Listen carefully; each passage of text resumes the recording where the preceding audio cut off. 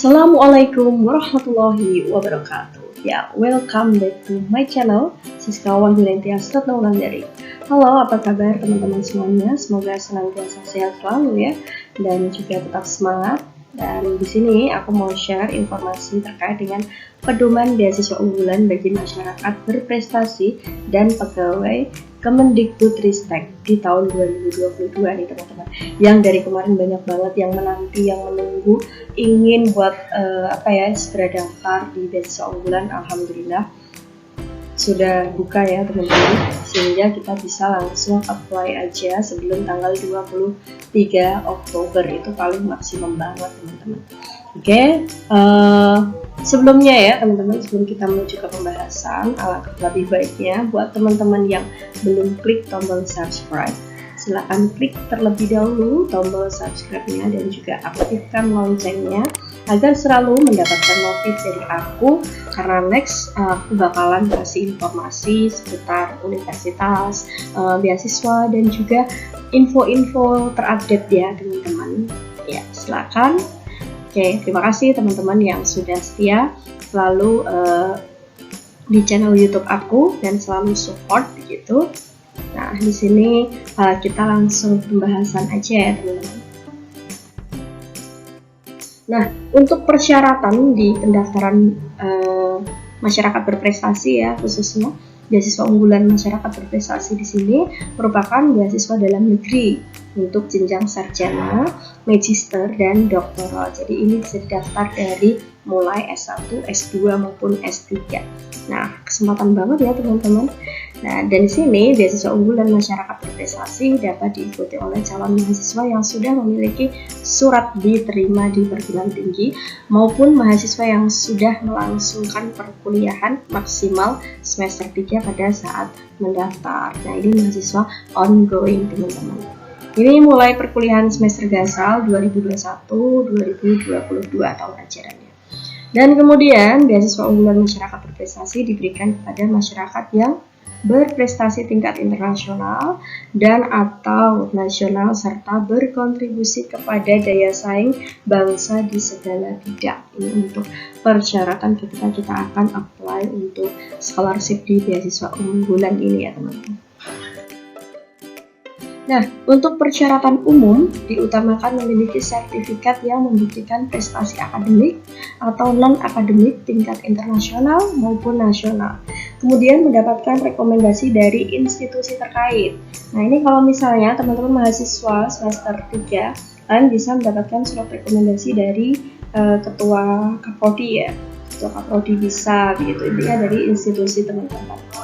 Nah, kalau misalnya surat rekomendasi mungkin yang baru aja keterima, belum semester 1 belum jalan, surat rekomendasi sebenarnya juga bisa meminta ke pihak kepala sekolah atau mungkin guru-guru di SMA kalian. Yang jelas adalah orang yang benar-benar memahami kalian, dekat dengan kalian, tahu karakteristik kepribadian kalian itu seperti apa gitu teman-teman. Tidak sedang menerima beasiswa sejenis dari sumber APBN dan atau APBD dengan komponen pembiayaan yang sama, dan juga diterima di perguruan tinggi dalam negeri di bawah binaan Kemendikbudristek dengan akreditasi institusi dan program studi paling rendah B atau sangat baik. Nah, jadi untuk tahun ini dan juga tahun lalu itu yang bisa mendaftar di beasiswa unggulan itu hanya yang di bawah binaan Kemendikbudristek. Sementara yang di bawah binaan Kemenak memang tidak bisa mendaftar di beasiswa unggulan teman-teman. Jadi semacam Universitas Islam atau UIN itu tidak bisa teman-teman. Nah, selanjutnya mahasiswa aktif dan terdaftar di Pangkalan Data Pendidikan Tinggi. Ya, selanjutnya ada persyaratan khusus di program sarjana, yang jelas pasti memiliki usia maksimal 35 tahun per 31 Desember, kemudian memiliki surat keterangan lulus atau di sini letter of acceptance LOA. Nah, ini unconditional ya dari perguruan tinggi. Jadi kalian harusnya pas mahasiswa baru pun harusnya dapat ya letter of acceptance-nya, karena kan ada bukti diterima bahwa kalian sebagai mahasiswa di universitas A, B, C gitu. Nah, kemudian memiliki surat keterangan aktif kuliah minimal dari dekan fakultas perguruan tinggi yang kalian tempuh. Kemudian diutamakan yang memiliki kemampuan bahasa Indonesia yang dibuktikan dengan sertifikat.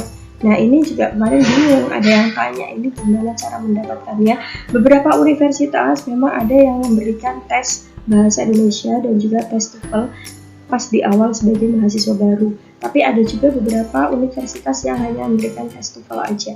Lalu gimana kalau pengen mendapatkan tes ini kemampuan bahasa Indonesia dan mendapatkan sertifikat? Kalian bisa langsung kontak aja ke Balai Bahasa.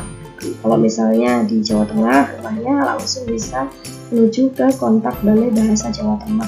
Jadi silakan hubungi dan tanyakan ke pihak balai bagaimana untuk bisa mengikuti tes kemampuan bahasa Indonesia. Itu kemudian kemarin tadi juga ada yang tanya apakah wajib atau tidak. Tapi memang sebaiknya sih ketika kita bisa mengusahakan untuk ada dengan sekian persyaratan ini ya terpenuhi, itu justru jauh lebih baik teman-teman. Nah, kemudian bagi mahasiswa pada jenjang S1 yang sedang menempuh perkuliahan memiliki nilai IPK indeks prestasi kumulatif sampai dengan semester 2 minimal 3,25 pada skala 4. Nah, dan juga membuat karya tulis ya yang berupa esai karangan menggunakan bahasa Indonesia dengan ketentuan. Nah, ini ketentuannya untuk tahun ini, ketentuannya adalah kontribusiku sebagai generasi unggul untuk mewujudkan Indonesia Maju 2045. Nah, ini esai atau karangan ditulis pada kolom esai minimal 1000 kata, teman-teman. Nah, sedangkan untuk beasiswa program Magister S2 memiliki usia paling tinggi 40 tahun per 31 Desember 2022, kemudian memiliki surat keterangan lulus. Nah, ini yang dari perguruan tinggi yang ditempuh, memiliki surat keterangan aktif kuliah minimal dari dekan fakultas perguruan tinggi, memiliki nilai IPK S1 minimal 3,25 pada skala 4, baik mahasiswa baru maupun ongoing. Nah, kemudian diutamakan yang memiliki kemampuan bahasa Indonesia yang dibuktikan dengan sertifikat atau bahasa Inggris yang dibuktikan dengan sertifikat, tadi TOEFL kalau yang ini. Nah, membuat proposal rencana studi yang berisi alasan mengambil program studi yang dipilih dan rencana penelitian, tugas akhir serta tesis ya kalau untuk S3. Nah, karya tulis berupa esai karangan menggunakan bahasa Indonesia dengan ketentuan tema esai karangan terkait dengan hal yang sudah dilakukan untuk bangsa. Esai ini minimal 1500 kata. Oke, selanjutnya. Nah, untuk kelengkapan berkas silakan bisa disiapkan untuk KTP, KTM ya, kartu tanda mahasiswa bagi yang ongoing, kemudian LOE, unconditional, surat keterangan aktif kuliah, KHS, kartu hasil studi dari semester 1 dan 2, ini juga khusus yang ongoing, ijazah dan juga transkrip nilai terakhir khusus untuk jenjang magister dan juga doktor, sertifikat bahasa Indonesia atau bahasa Inggris, kemudian proposal rencana studi bagi program magister. Nah, di sini rencana perkuliahannya dan SKS per semester yang akan ditempuh hingga selesai studi, topik apa yang akan ditulis dalam tesis, dan dideskripsikan aktivitas di luar perkuliahan yang akan dilakukan selama studi dan bagaimana implementasi hasil studi di masyarakat. Kemudian, proposal penelitian disertasi bagi yang mengambil program doktoral atau S3, surat rekomendasi dari akademisi atau institusi terkait sesuai dengan format yang sudah disediakan, surat pernyataan tidak sedang menerima beasiswa sejenisnya dari sumber APBN dan juga APBD sesuai format juga sudah disediakan, tinggal tanda tangan ya, biasanya bermaterai. Kemudian sertifikat prestasi minimal tingkat kabupaten, esai menggunakan bahasa Indonesia dengan judul kontribusiku sebagai generasi unggul untuk mewujudkan Indonesia Maju 2045 bagi S1 dan esai karangan terkait dengan hal yang sudah dilakukan untuk bangsa. S2, S3, esai ditulis pada kolom esai minimal 1000 untuk S1 dan 1500 untuk S2 dan S3. Itu teman-teman, ini siapkan aja semuanya, silakan dicatat, kemudian di checklist mana yang sudah ada, mana yang belum, dan harus bagaimana langkah-langkahnya untuk melengkapi pemberkasan ini, karena sebaiknya pemberkasan ini kalau bisa lengkap ya teman-teman.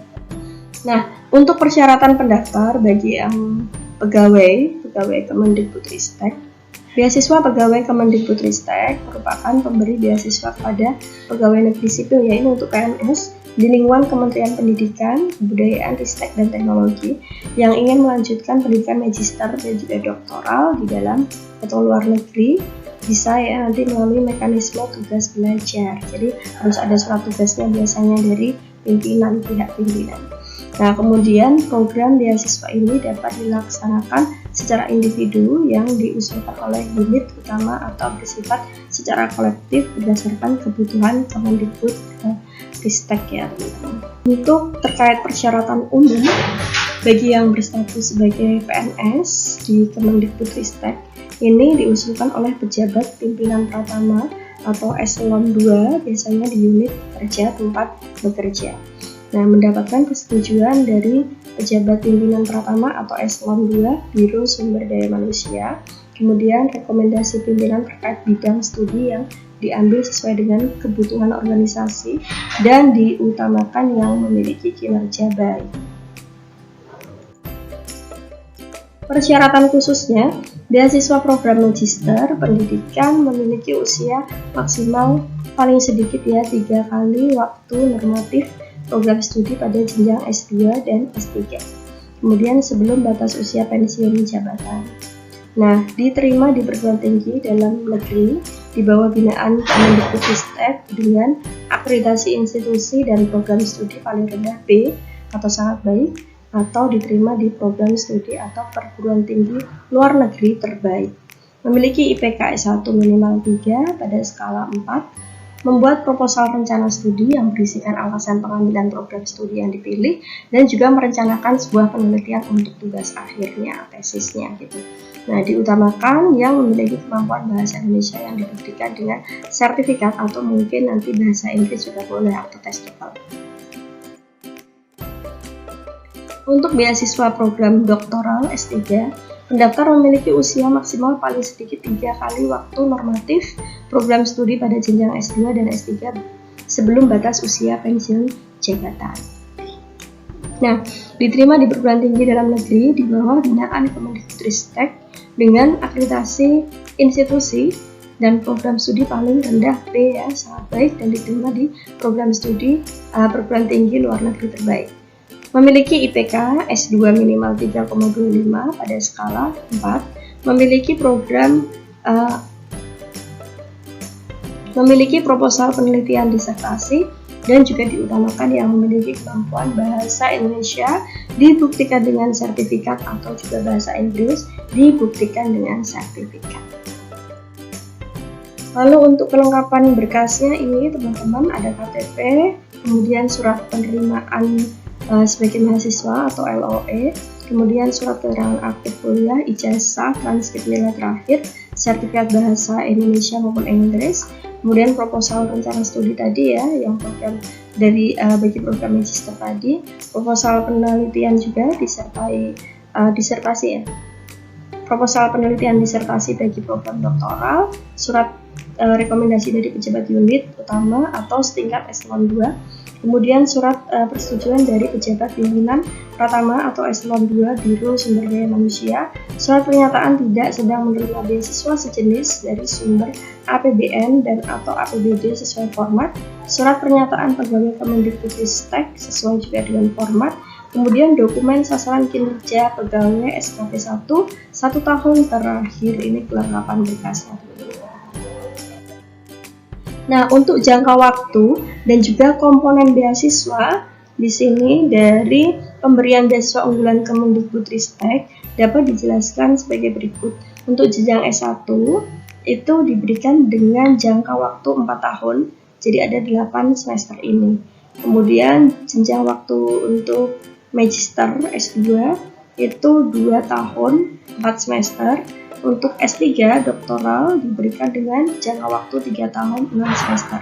Nah, jenjang sarjana, magister, doktoral, ongoing diberikan untuk sisa masa studi yang akan dilaksanakan sampai batas waktu sesuai periode di atas. Jadi ini sudah ada batas-batasnya ya teman-teman. Jadi silakan untuk yang awardee nantinya lolos di beasiswa unggulan harus selalu mentargetkan kalian bisa lulus sampai tepat waktu atau justru sebelum 8 semester itu udah lulus gitu ya teman-teman. Nah, untuk komponen beasiswa masyarakat berprestasi jenjang S1, S2, S3 akan mendapatkan biaya pendidikan, biaya hidup, dan juga biaya buku. Nah, lengkap ya teman-teman. Kemudian untuk komponen beasiswa pegawai Kemendikbudristek jenjang S2, S3 akan mendapatkan biaya pendidikan, biaya hidup, biaya buku, biaya penelitian, tunjangan awal kuliah, transportasi tujuan studi pulang pergi, sampai dengan dana pengembangan. Ini semakin paketnya lengkap banget teman-teman ya. Silakan buat teman-teman untuk bisa segera mempersiapkan sebagai peserta dari pendaftar beasiswa unggulan dan semoga kalian bisa lolos di beasiswa unggulan ini. Nah, oke teman-teman, itu tadi yang ini ya, komponen-komponen apa aja yang harus segera kita persiapkan dan harus kita benar-benar nggak boleh terlambat ya. Jadi silakan dipahami terlebih dahulu beasiswa unggulan ini. Buat teman-teman yang masih belum jelas, silakan bisa langsung DM aku dan juga follow Instagram aku di siska_maftuloh atau di Facebook aku atau juga bisa di TikTok. Okay, thank you very much for watching and don't forget for like, comment, and subscribe. See you. Wassalamualaikum warahmatullahi wabarakatuh.